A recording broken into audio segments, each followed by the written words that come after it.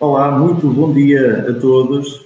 Sejam bem-vindos a mais um webinar da Pontual Software Solutions. Hoje, aqui em colaboração com a IET, empresa especializada em soluções de faturação eletrónica e EDI. Neste webinar, o tema está naturalmente relacionado com a área. Vamos falar sobre faturação eletrónica, contextos, legislação e soluções. E como orador temos então o Dr. Eugênio Veiga, General Manager da IET, que nos vai abordar durante sensivelmente 25 minutos tudo aquilo que está envolvido aqui nesta temática que é hoje muito premente para as empresas que têm que se adaptar rapidamente com soluções eficientes.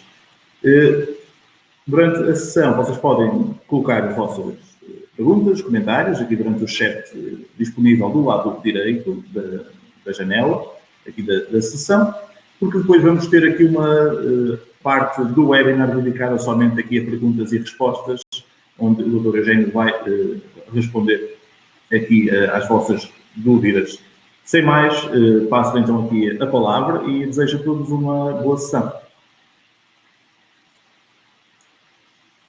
Olá, Ricardo, bom dia. Aproveito para saudar também todos os participantes e agradecer o convite para estar aqui convosco hoje a falar sobre a faturação eletrónica. O Ricardo já fez aqui a introdução do que vamos hoje falar. Em suma, iremos falar aqui da abordagem que hoje está em cima da mesa, nomeadamente na obrigatoriedade dos contratos públicos serem envolvidos aqui no processo de faturação eletrónica, mas também, de uma forma generalizada, vamos abordar também quais serão as vantagens que as empresas têm na adesão à faturação eletrónica. Eu começaria por fazer aqui uma breve apresentação da IET.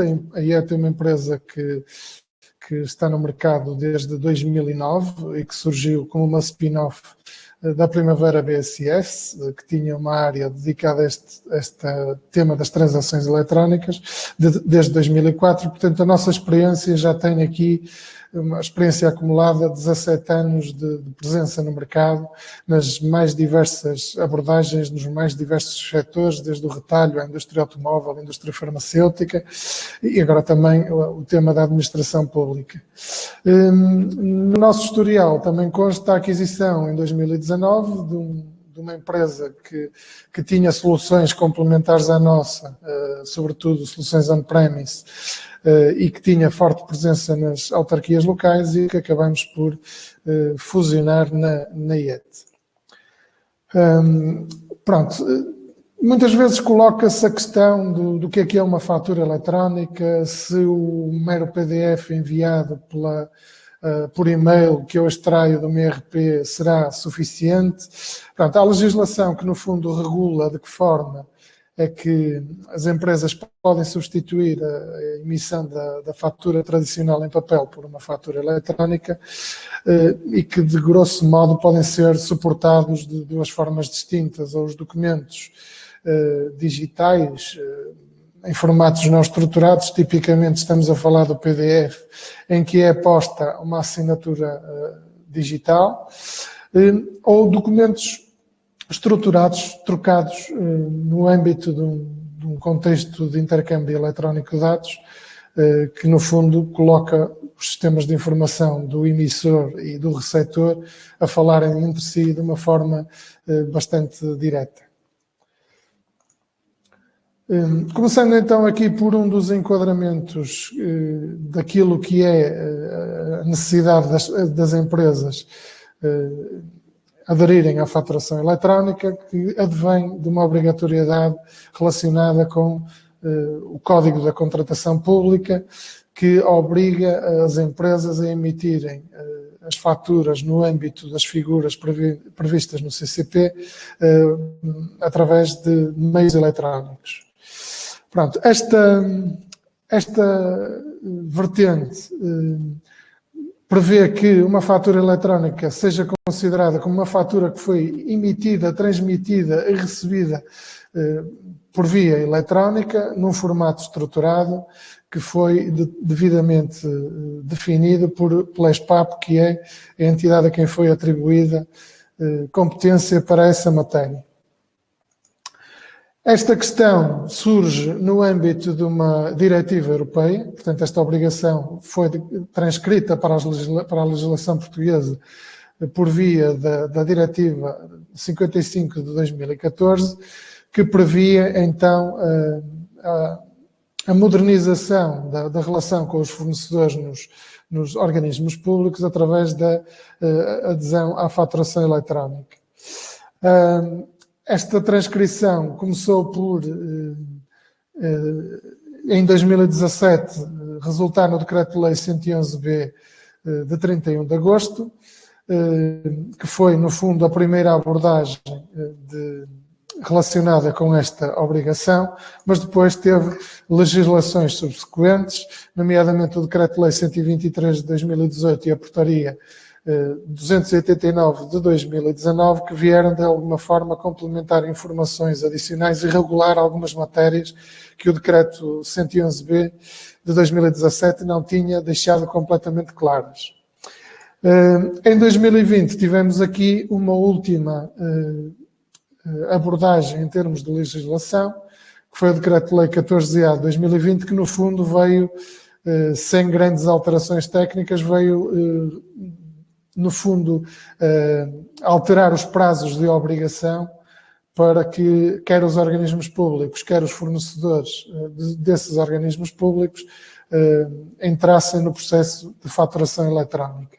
E que resultou em prazos que já estão a decorrer e que eu vou passar a expor. Portanto, o setor público, desde 18 de abril do ano passado, deveria estar preparado para receber faturas por via eletrónica dos seus fornecedores. Okay?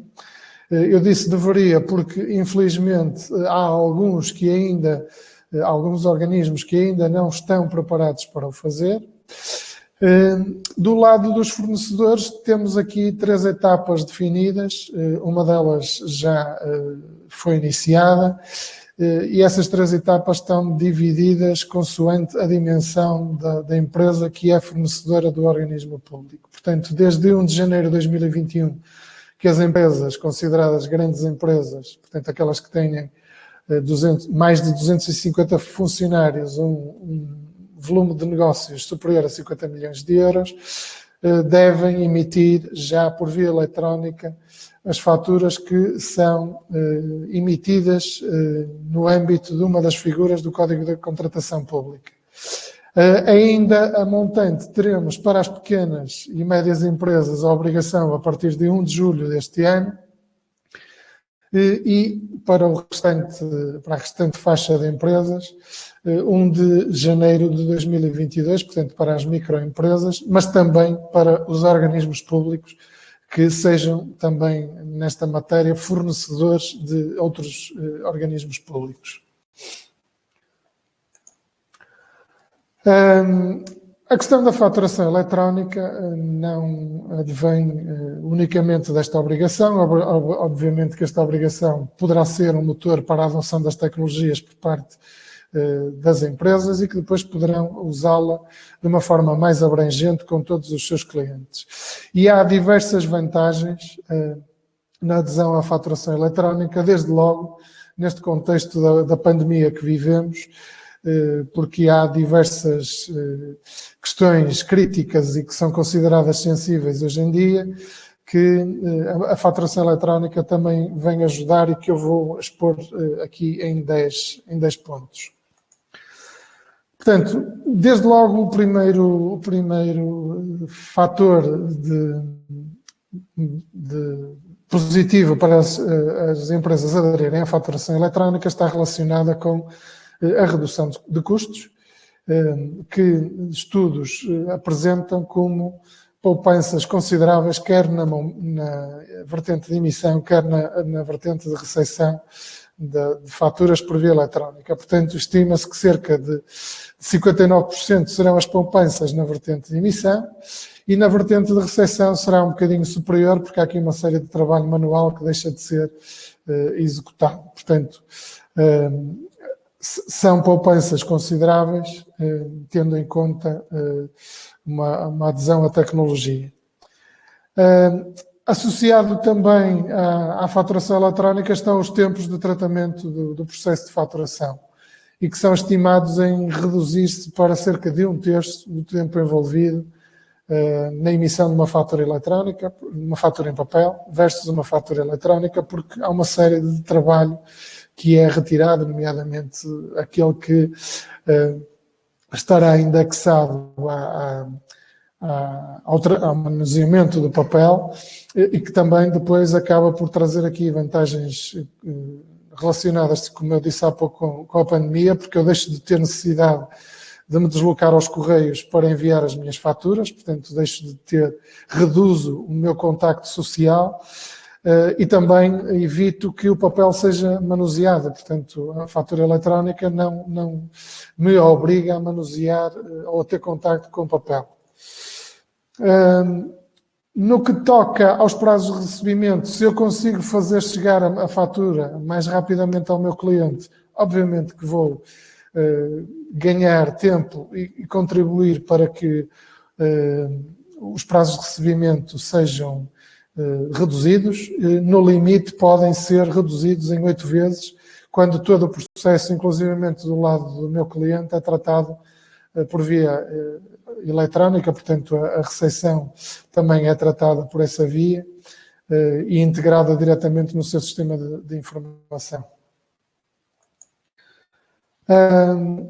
As tarefas administrativas são reduzidas de forma drástica na vertente do tratamento das faturas recebidas, porque, como devem imaginar, há todo um trabalho de lançamento, seja contabilístico ou para a área logística do meu ERP, que deixa de existir porque a fatura entra no sistema, no meu ERP, de uma forma automatizada e, portanto, sobretudo na vertente de recepção, poderão ser reduzidas de formas drásticas as tarefas administrativas e podem envolver-se as pessoas em trabalhos de valor que possam contribuir com valor acrescentado. Os erros também são muito habituais no processo de faturação, nomeadamente na vertente de recepção dos documentos. Com a fatura eletrónica conseguimos reduzir os erros desse tratamento, desde logo porque, por exemplo, eu deixo de introduzir os códigos de artigo manualmente e, portanto, posso me equivocar a introduzir um código de artigo e estou a introduzir um erro no processo. A redução da pegada ambiental também é uma questão importante aqui no tema da faturação eletrónica. Ao diminuir-se a utilização do papel, estamos também a contribuir para que tenhamos um processo menos agressivo para com o meio ambiente, nomeadamente naquilo que toca à matéria-prima para a produção de papel, em concreto a madeira, e que se estima que por cada milhão de faturas que deixam de se emitir em papel, se poupam 10 toneladas de madeira, o equivalente a cerca de 56 árvores de porte médio.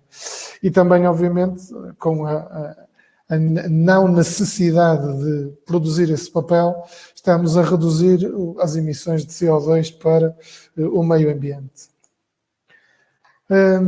Uma questão também importante na faturação eletrónica, porque me permite fazê-lo, é a questão do arquivo. Portanto, eu ao deixar de ter necessidade de arquivar as faturas em papel, posso fazê-lo pela via eletrónica e estima-se que a poupança a este nível, decorridos os 12 anos de obrigação da manutenção de um arquivo em papel, estima-se que a poupança seja de cerca de 81% nos custos relacionados com o arquivo e armazenamento. Relacionado com o arquivo, novamente, no contexto da pandemia, há aqui também uma vantagem adicional, porque eu estando em teletrabalho, deixo de ter eventualmente acesso ao arquivo físico e se o arquivo for feito por via digital, ele pode estar acessível em qualquer ponto e eu, portanto, a partir de casa consigo ter acesso ao historial de faturas emitidas e recebidas. O acesso à informação fica facilitado, como eu há pouco referi, pelas soluções acessíveis à distância e pelo prazo alargado dos 12 anos. E depois também há aqui uma questão relacionada com a segurança. Uma fatura em papel muitas vezes extravia-se, não chega ao destinatário por alguma razão, ou no próprio cliente, depois de chegar, há alguma perda desse documento. Com a fatura eletrónica, além de ter um processo mais seguro, também tem outro tipo de garantias, porque o próprio sistema de faturação eletrónica deve-me garantir mecanismos que me consigam dar informação acerca da correta recepção dessas faturas no meu cliente, e se tal não aconteceu, por que razão é que não aconteceu. Por último, e para as gerações mais jovens, a questão da responsabilidade social empresarial é um fator de notoriedade, de diferenciação, e, portanto, as empresas que adiram a um processo de faturação eletrónica também estão a dar uma tónica de imagem, de modernidade, que para estas camadas da nossa população são fatores importantes. Pronto, para esta questão das abordagens que acabei de referir, seja para a vertente do Código da Contratação Pública ou uma adoção espontânea das empresas, a IET disponibiliza soluções, quer para as empresas em geral, que no fundo têm aqui uma vertente de emitirem faturas aos seus clientes, independentemente do tipo de clientes que sejam. A IET tem soluções para poder fazer chegar as faturas a pessoas singulares, a empresas do setor privado ou a empresas do setor público, mas também soluções para permitirem que os organismos do setor público possam cumprir com a sua obrigação de disponibilizarem uma plataforma aos seus fornecedores para a recepção dessas faturas. Estas soluções são transversais, aqui eu refiro o setor público, mas elas podem ser usadas também por qualquer empresa privada que queira desmaterializar a relação com os seus fornecedores. Pronto, a minha apresentação está praticamente no final, antes de abrirmos aqui o espaço para perguntas e respostas, mas antes de lá chegarmos, eu queria deixar aqui a informação de que na barra lateral direita do vosso ecrã está disponível um inquérito de satisfação que poderão preencher e que solicitava o seu preenchimento. Ele vai continuar disponível durante mais algum tempo e, portanto, poderão também preenchê-lo mais à frente, se assim considerarem mais oportuno. Antes do momento de perguntas e respostas, eu gostava de partilhar aqui um testemunho de um cliente nosso, para também terem uma ideia do que é que são, o que é o envolvimento de uma implementação da faturação eletrónica.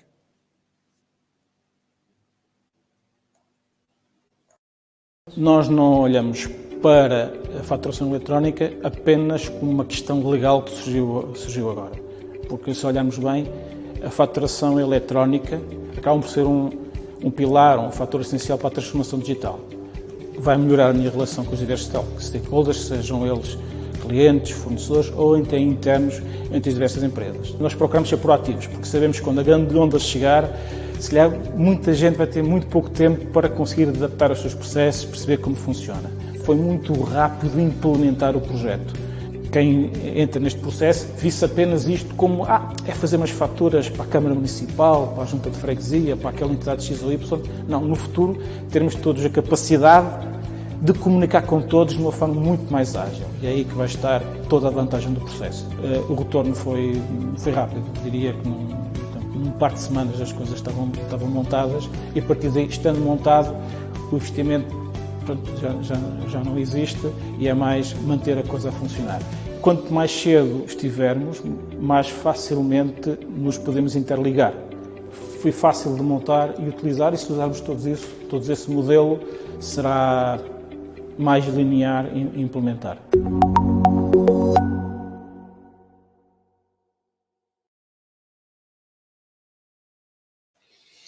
E pronto, foi o testemunho do engenheiro Paulo Balão, que teve aqui uma implementação connosco na vertente do fornecimento aos organismos públicos. Ele faz essa referência da relação com os municípios e as juntas de freguesia, e referiu um aspecto importante, porque à boa maneira portuguesa gostamos de deixar tudo para a última hora, e deixando tudo para a última hora depois pode trazer-nos problemas, porque não vai haver capacidade de resposta,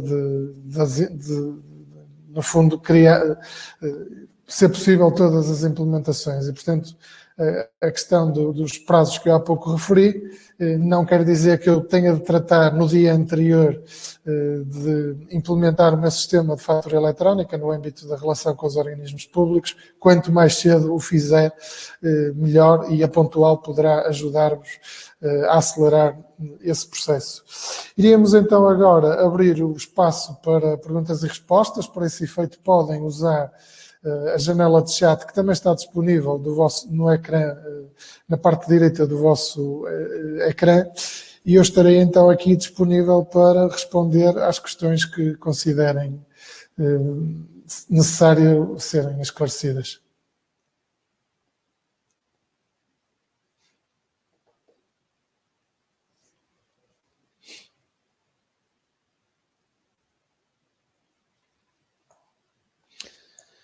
Temos aqui uma pergunta já da Mónica, que questiona como é que eu posso diferenciar uma fatura eletrónica de um mero PDF enviado por correio eletrónico. Muito bem, é uma pergunta pertinente e que muitas vezes se coloca.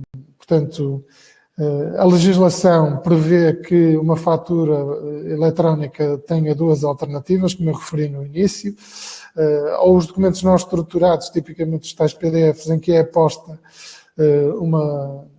uma assinatura digital avançada e o intercâmbio eletrónico de dados. Estas são formas de garantir, ou o sistema deve garantir, a autenticidade da origem e a integridade do conteúdo, e estas duas alternativas visam exatamente respeitar essa obrigação. E, portanto, quando eu recebo uma fatura, por exemplo, no Adobe Acrobat Reader, se eu for ao painel de assinaturas, deve lá constar uma menção de que a fatura foi assinada pela empresa que está identificada como o emissor desse documento e a data, a hora em que essa assinatura foi efetuada. Um PDF normal, que eu não tenho garantias de inclusivamente corresponder a uma verdadeira fatura, não terá esta assinatura digital. Ok?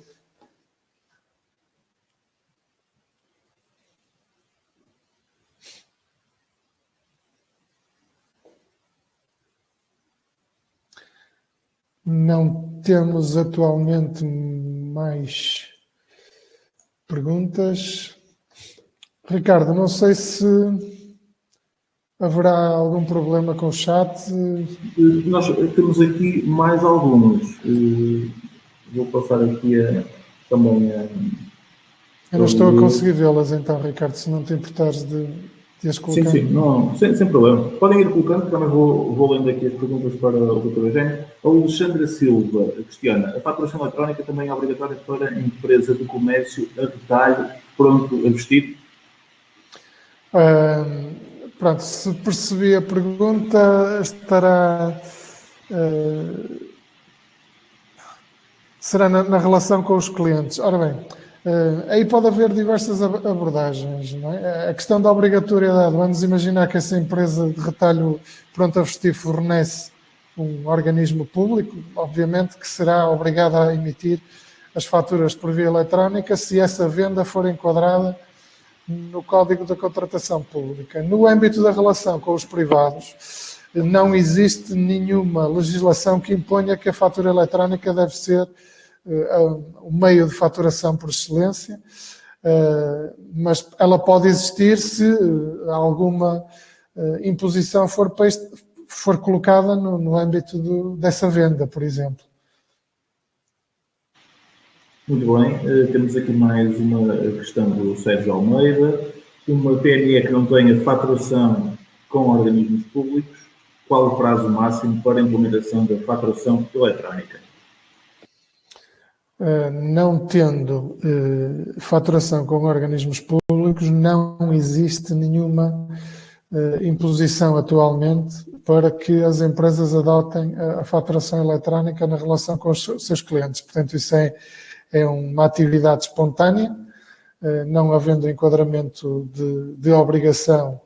Por exemplo, entre entidades privadas, não há nenhuma legislação que obriga que as empresas se relacionem por via eletrónica. Isto é, uma adoção livre e espontânea das empresas e que tem de ser acordada entre ambas. Neste momento não existe nenhuma obrigação, embora se antecipe. Nós estamos fazemos parte dos grupos de trabalho que depois reportam à Comunidade Europeia no âmbito destas questões da modernização do tecido empresarial, e se não fosse a pandemia, portanto a questão da faturação eletrónica nos organismos públicos já surge fruto de uma diretiva comunitária que foi transcrita para a legislação nacional, e já se estava a trabalhar nesta obrigação também ser implementada no âmbito da relação entre empresas. A pandemia que veio, no fundo, travar aqui um bocadinho esse avanço, mas é natural que nos próximos anos essa obrigação venha a surgir. Mas neste momento, como disse, não existe ainda nenhuma obrigação nesse sentido.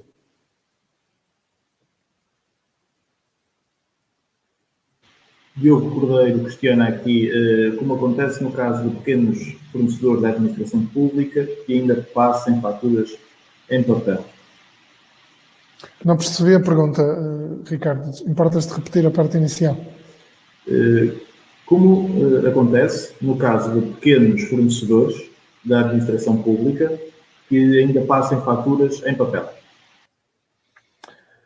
Ora bem, eu não sei se a pergunta está a ser colocada na qualidade de alguém que está do lado de um organismo público ou do lado de um fornecedor, mas eu vou passar a explicar as duas. Portanto, se for um organismo público, vai ser necessário sensibilizar os fornecedores para a adesão a essa matéria e eventualmente até referir a questão dos prazos legais. Portanto, dependendo da dimensão do fornecedor, ser uma grande, uma PME ou uma microempresa, ele terá até às datas limite que referi de entrar no processo de faturação eletrónica. No papel do fornecedor terá exatamente o mesmo problema, porque o organismo público pode, a partir de determinado momento, cumpridas os prazos legais, portanto, se uma PME, a partir do dia 1 de julho, continuar a emitir faturas em papel, quando a legislação o obriga a emitir faturas eletrónicas, as faturas podem ser rejeitadas com as implicações que daí possam advir.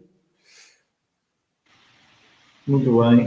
Aqui uma pergunta que já foi colocada por dois participantes, o Pimenta e também aqui reforçado pelo Alexandre Gomes. E penso que remete até para a primeira pergunta de toda, quando eles dizem que, nesse caso, um PDF certificado com assinatura digital avançada é válida para este efeito. O Alexandre Gomes reforçou, basta um PDF com assinatura digital avançada, como é importada a informação assim para o sistema? Pronto, eu não sei se a pergunta surge no âmbito da obrigação do Código da Contratação Pública. Nesse âmbito, o que está previsto não é a fatura ser comunicada num formato não estruturado, portanto, num PDF em que é posta uma assinatura digital. O que está previsto é que a informação seja comunicada num formato estruturado, que é um documento em XML, segundo a norma, como eu disse, que a competência da definição dos requisitos técnicos foi atribuída à SPAP e que criou a norma CIUS-PT. Portanto, a fatura terá de ser comunicada nesse formato e ao ser importada do lado do organismo público, o automatismo é facilitado porque a informação vem estruturada de uma forma que o processo de integração ou de lançamento no sistema seja facilitado. Um PDF já não terá essa capacidade. Portanto, mesmo que exista tecnologia que de alguma forma capture a informação presente no PDF, essa tecnologia não é 100% fiável, há sempre pormenores que não são possíveis capturar e, portanto, a fatura eletrónica na vertente do PDF facilita o trabalho ao emissor, mas quem tiver de fazer o tratamento do lado de lá, o tratamento não é muito diferente do tratamento de uma fatura em papel, porque obriga ao lançamento manual de uma forma mais ou menos generalizada. Muito bem. Mais aqui algumas perguntas que estão surgindo, vou tentando condensar aqui. Estamos a falar mais ou menos do tipo de valores, custo médio da implementação destas soluções e se elas ligam com os vários ERPs que as empresas têm. Pronto, a pontual no que toca a custos, pode depois fazer-vos chegar essa informação.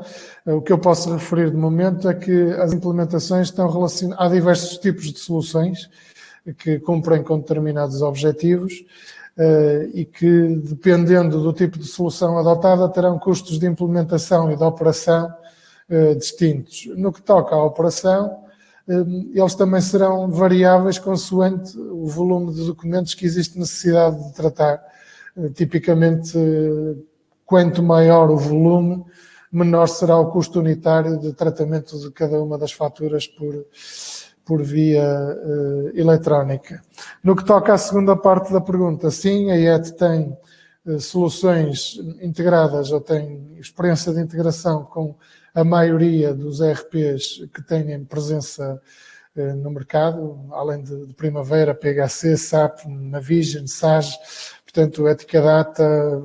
Nós temos experiência de integração com diversos ERPs e que a Pontual também vos poderá ajudar nessa matéria. Sem dúvida, procurando não alongar aqui também muito mais o tempo que temos previsto para a sessão, recolher aqui só mais algumas questões de Cordeiro. Existe a obrigatoriedade de integração no ERP dos organismos públicos ou pode ser contabilizada manualmente? Pronto, a legislação do Código da Contratação Pública diz que a fatura deve ser emitida, transmitida e recebida por via eletrónica. Portanto, esta recepção não obriga que os organismos públicos façam dela uma integração automática na ponta receptora, vamos chamar assim.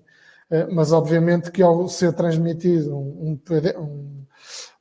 documento estruturado que permite que a integração seja facilitada, a maioria dos organismos públicos está, obviamente, a fazer essa componente. Mas, em termos legais, não há nada que o imponha. Ok?